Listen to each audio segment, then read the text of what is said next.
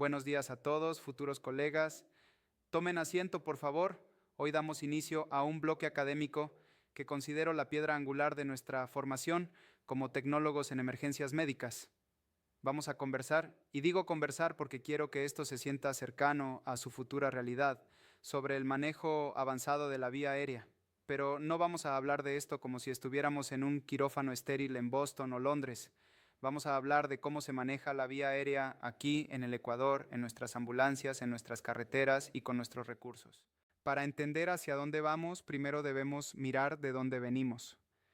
La gestión de la vía aérea es el pilar fundamental sobre el cual se edifican todas las maniobras de soporte vital avanzado. Si la vía aérea falla, no importa qué tan bien manejen el trauma o el shock, el paciente fallece. En el contexto de nuestra República del Ecuador, la evolución de la atención prehospitalaria ha sido fascinante y necesaria. Hemos transitado desde un modelo antiguo, basado casi exclusivamente en el voluntariado y la asistencia básica, hacia una estructura profesionalizada, técnica y, lo más importante, regulada por el Estado. Este cambio de paradigma no es un capricho administrativo, responde a la necesidad imperiosa de reducir las tasas de morbilidad y mortalidad asociadas a eventos traumáticos y clínicos agudos, donde la hipoxia y el compromiso ventilatorio juegan un papel determinante en el pronóstico del paciente. Ustedes son parte de esta nueva generación. La creación y consolidación del Sistema Integrado de Seguridad SU 911, junto con la normativa del Ministerio de Salud Pública, han establecido un marco operativo donde el tecnólogo en emergencias médicas emerge como un actor clínico central. Hace un par de décadas, la intubación orotraqueal era considerada una competencia exclusiva del médico especialista dentro de las cuatro paredes del hospital. Hoy, la realidad geográfica y demográfica del Ecuador exige que las unidades de soporte vital avanzado, nuestras ambulancias tipo C y unidades de rescate, cuenten con personal paramédico, es decir, ustedes, altamente capacitado para asegurar la vía aérea en la escena o durante traslados interhospitalarios prolongados. Y hablando de nuestra realidad geográfica, quiero que reflexionen sobre esto porque es vital. La geografía ecuatoriana nos impone desafíos fisiológicos únicos que lamentablemente no se encuentran descritos en la literatura médica estándar desarrollada a nivel del mar. El manejo de un paciente crítico en la región interandina es un juego completamente diferente. Si están trabajando en ciudades como Quito, Cuenca, Ambato o Riobamba, todas situadas por encima de los 2.500 metros sobre el nivel del mar, deben entender que están operando en un entorno de hipoxia hipovárica. ¿Qué significa esto para nosotros? Significa que la presión parcial de oxígeno arterial es basalmente menor en nuestros pacientes, incluso antes de que enfermen o se accidenten. Esto reduce drásticamente una variable que llamaremos el tiempo de apnea segura durante la secuencia de intubación. El tiempo de apnea segura se define como la duración desde el cese de la ventilación, es decir, desde que el paciente deja de respirar tras la administración del bloqueante neuromuscular, hasta que la saturación de oxígeno cae a niveles críticos, generalmente por debajo del 90%. Un paciente sano a nivel del mar, digamos en Guayaquil o Manta, podría mantener la saturación por 6 a 8 minutos tras una buena preoxigenación. Pero ese mismo paciente, aquí en la altura de Quito, podría desaturar en 4 o 5 minutos.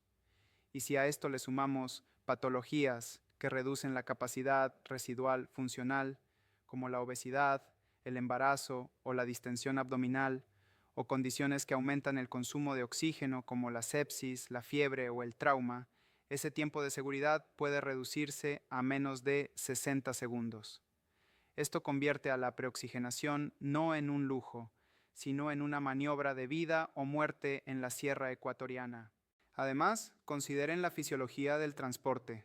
El transporte medicalizado entre regiones es común en nuestro medio. Por ejemplo, el traslado de un paciente neurocrítico desde una zona de altura como Guaranda hacia un hospital de tercer nivel en la costa, en Guayaquil. Este descenso expone al paciente a cambios barométricos significativos. Recuerden la ley de Boyle. Al bajar de la sierra a la costa, la presión atmosférica aumenta y el volumen de gas en espacios cerrados disminuye, o viceversa, al subir. Esto afecta directamente la presión del neumotaponador del tubo endotraqueal. Si ustedes inflan el balón en la sierra y bajan a la costa, el volumen puede cambiar, perdiendo el sello de la vía aérea, o al contrario, causando isquemia traqueal si suben. Son fenómenos que el tecnólogo debe anticipar y gestionar. Ahora, adentrémonos en la anatomía, pero no la anatomía del libro de texto, sino la anatomía funcional aplicada. Para el tecnólogo en emergencias, la anatomía no es una ciencia descriptiva, es un mapa de navegación vital. El fracaso en reconocer las estructuras es la causa principal de la vía aérea fallida. La teoría clásica de la intubación describe 3 ejes que debemos alinear para visualizar la glotis: el eje oral, el eje faríngeo y el eje laríngeo. En un mundo ideal, colocamos al paciente en posición de olfateo, elevando la cabeza y extendiendo el cuello para alinear estos ejes. Sin embargo, en el contexto prehospitalario ecuatoriano, el trauma es prevalente. Los accidentes de tránsito son una de las principales causas de muerte según el INEC. Esto significa que la mayoría de sus pacientes tendrán sospecha de lesión cervical, lo que hace que la inmovilización cervical sea mandatoria. Esto impide la extensión del cuello, haciendo imposible la alineación perfecta de los ejes y obligándonos a depender de la laringoscopia directa con inmovilización manual en línea o MILS. En estas condiciones difíciles, su éxito depende de identificar visualmente estructuras clave de forma progresiva. Primero, la base de la lengua, que suele ser la fuente de obstrucción. Luego, y esto es crucial, deben encontrar la valécula. La valécula es el espacio anatómico entre la base de la lengua y la epiglotis. Es el blanco donde debe alojarse la punta de la hoja curva o Macintosh del laringoscopio. Al ejercer presión sobre el ligamento ioepiglótico en la valécula, levantamos la epiglotis indirectamente y exponemos la glotis. Si no encuentran la valécula, no encontrarán la vía aérea. Pasemos ahora al arsenal con el que contamos para facilitar este proceso: la farmacología. La unidad 2 se centra en el soporte farmacológico, porque ustedes deben dominar la laringoscopia farmacológica. No basta con tener manos hábiles, hay que saber qué inyectar. La administración de fármacos en la secuencia de intubación rápida no busca simplemente inmovilizar al paciente, sino optimizar sus condiciones fisiológicas para tolerar el procedimiento. Todos los fármacos que vamos a discutir forman parte del Cuadro Nacional de Medicamentos Básicos del Ecuador, así que deberían encontrarlos en sus ambulancias. Comencemos con los agentes de pretratamiento. Estos se administran 3 minutos antes de la inducción para mitigar respuestas adversas. Tenemos la lidocaína, es un anestésico local y antiarrítmico que, usado en dosis de 1.5 miligramos por kilo intravenoso, suprime el reflejo tusígeno y mitiga el aumento de la presión intracraneal. ¿Cuándo la usamos? Es ideal en pacientes con sospecha de trauma cráneoencefálico para evitar que la presión en el cerebro se dispare al meter el laringoscopio, y también en pacientes con hiperreactividad bronquial, como asmáticos, para prevenir el broncoespasmo. Otro agente de pretratamiento es el fentanilo. Este es un opioide sintético potente que provee analgesia profunda y atenúa la respuesta simpática, es decir, evita que se dispare la frecuencia cardíaca y la presión arterial por el dolor. Está indicado en pacientes con patología cardiovascular, como infartos o disección aórtica, donde un pico de presión podría ser fatal. La dosis es de 1 a 3 microgramos por kilo, pero ojo, si lo inyectan muy rápido pueden causar tórax leñoso, una rigidez muscular que impide la ventilación, y si el paciente está hipovolémico o sangrando, el fentanilo puede bajar la presión peligrosamente. Luego vienen los inductores, los fármacos que producen la inconsciencia o hipnosis. Aquí es donde el juicio clínico de ustedes brilla. La elección depende estrictamente del estado hemodinámico del paciente. Si tienen un paciente inestable, chocado, séptico o politraumatizado, su fármaco de elección en el entorno prehospitalario ecuatoriano debe ser la ketamina.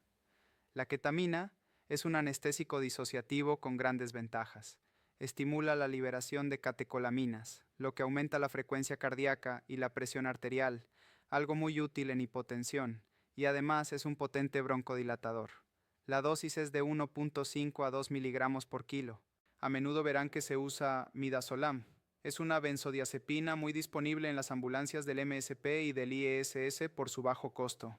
Sin embargo, tiene desventajas importantes para la intubación rápida. Su inicio de acción es lento, puede tardar hasta 3 minutos en hacer efecto pico, lo que retrasa la protección de la vía aérea y causa hipotensión significativa por vasodilatación.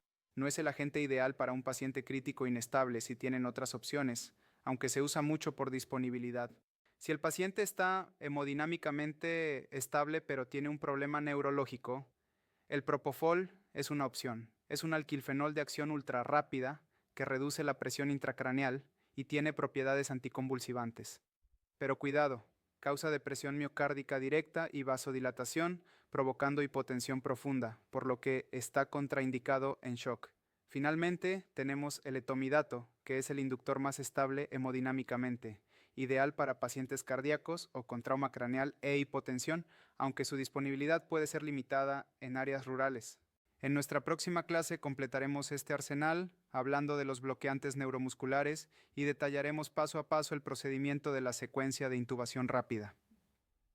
Quiero que se lleven hoy la idea de que cada paciente es un rompecabezas fisiológico diferente. Un paciente asmático en Quito no se maneja igual que un paciente infartado en Guayaquil. Su trabajo es elegir la pieza correcta, el fármaco correcto y la estrategia correcta para salvar esa vida. Repasen la anatomía, visualicen la valécula y estudien las dosis, porque en la calle no hay tiempo para consultar el manual.